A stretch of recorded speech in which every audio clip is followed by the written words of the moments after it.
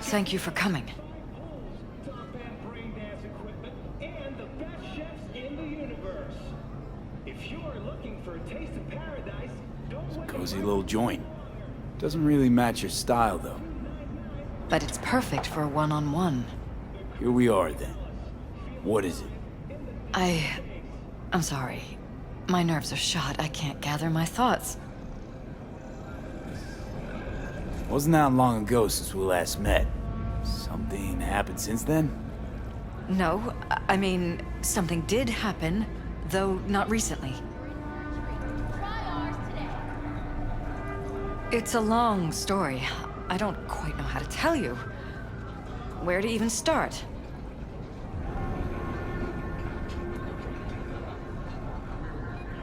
Relax, no need to rush.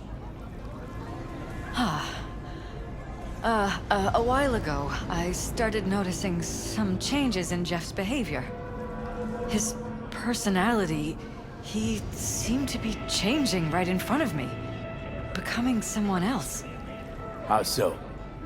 He stopped reading, forgot the title of his favorite movie. Even his musical taste changed overnight.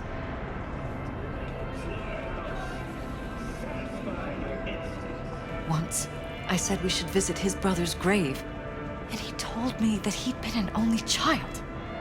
That's when I started thinking something bad was happening. Something insidious. And not just with Jeff. Notice any changes in yourself?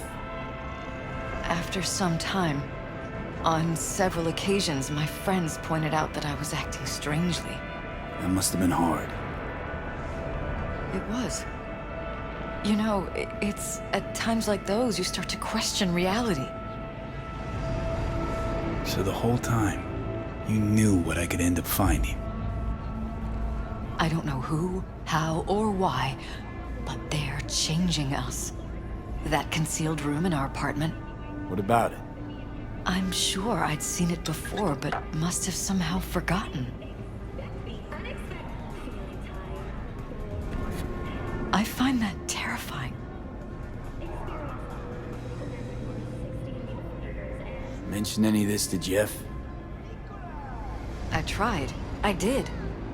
But he's blinded to everything. He just laughed, said I was imagining things. He once brought up a vacation that we never went on. Swear to God. He went on about it in such detail, I almost started believing him. Could be just you who forgot. Maybe they wiped the trip from your memory. Hell, I don't know anymore.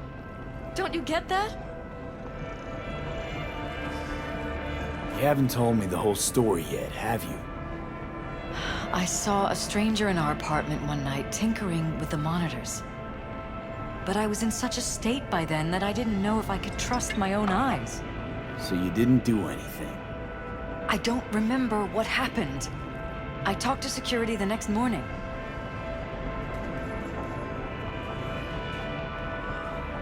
Let me guess. Cams didn't pick anything up. The guy just shrugged and said I must have dreamt it. He showed me the recording, of course. I felt like a lunatic. And then, the next day, I got a call.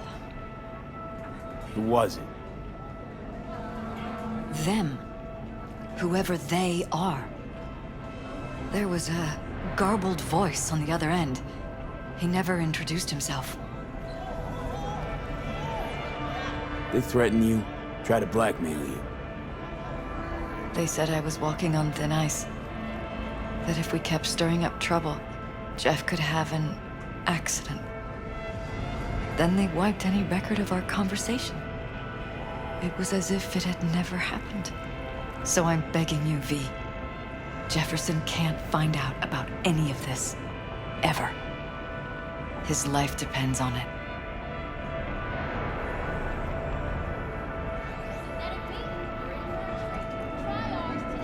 What if you're just saying what they programmed you to say? Just reading off a script based on thoughts planted in your head. All I know is, I love my husband, and I want him to be safe, and happy. Or that's what they want you to know. You know what Jeff will do if you tell him? I know my husband. He'll start looking on his own. He can't find out about this. It'd destroy him.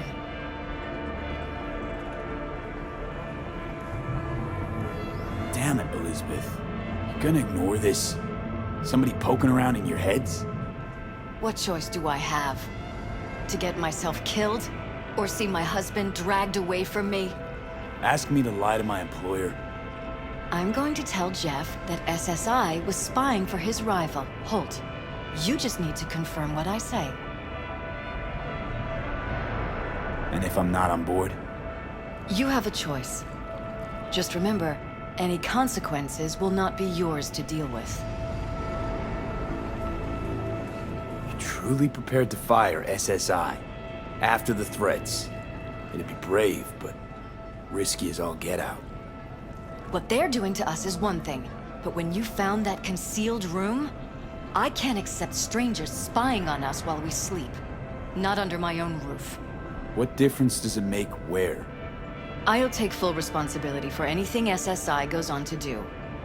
I'm just asking you not to get Jefferson involved. I'll add a meeting in Reconciliation Park to Jeff's schedule. He'll be waiting. Since I can't know if I'll remember this conversation tomorrow, I'm counting on you not to forget what I asked of you. I won't. That's all I can promise. Goodbye, V.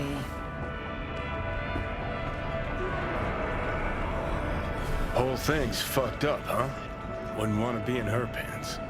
Speaking of, overlapping memories, changing personalities. Remind you of anything? But hey, at least we know what we're up against. No, this is different. You saw it yourself. They're purposely modifying their minds, individual thoughts. Paralysis make a damn nice next-gen puppet. Even in my day, there were whispers about this kind of stuff. Cognitive pattern fluctuators, remote neural re-networking. In layman's terms, gaslighting. The beauty is that everything's fair game. Subliminal TV signals, high-density emitters in your electric toothbrush. You name it. So, in my pants, what would you do? Some real rat bastards behind this.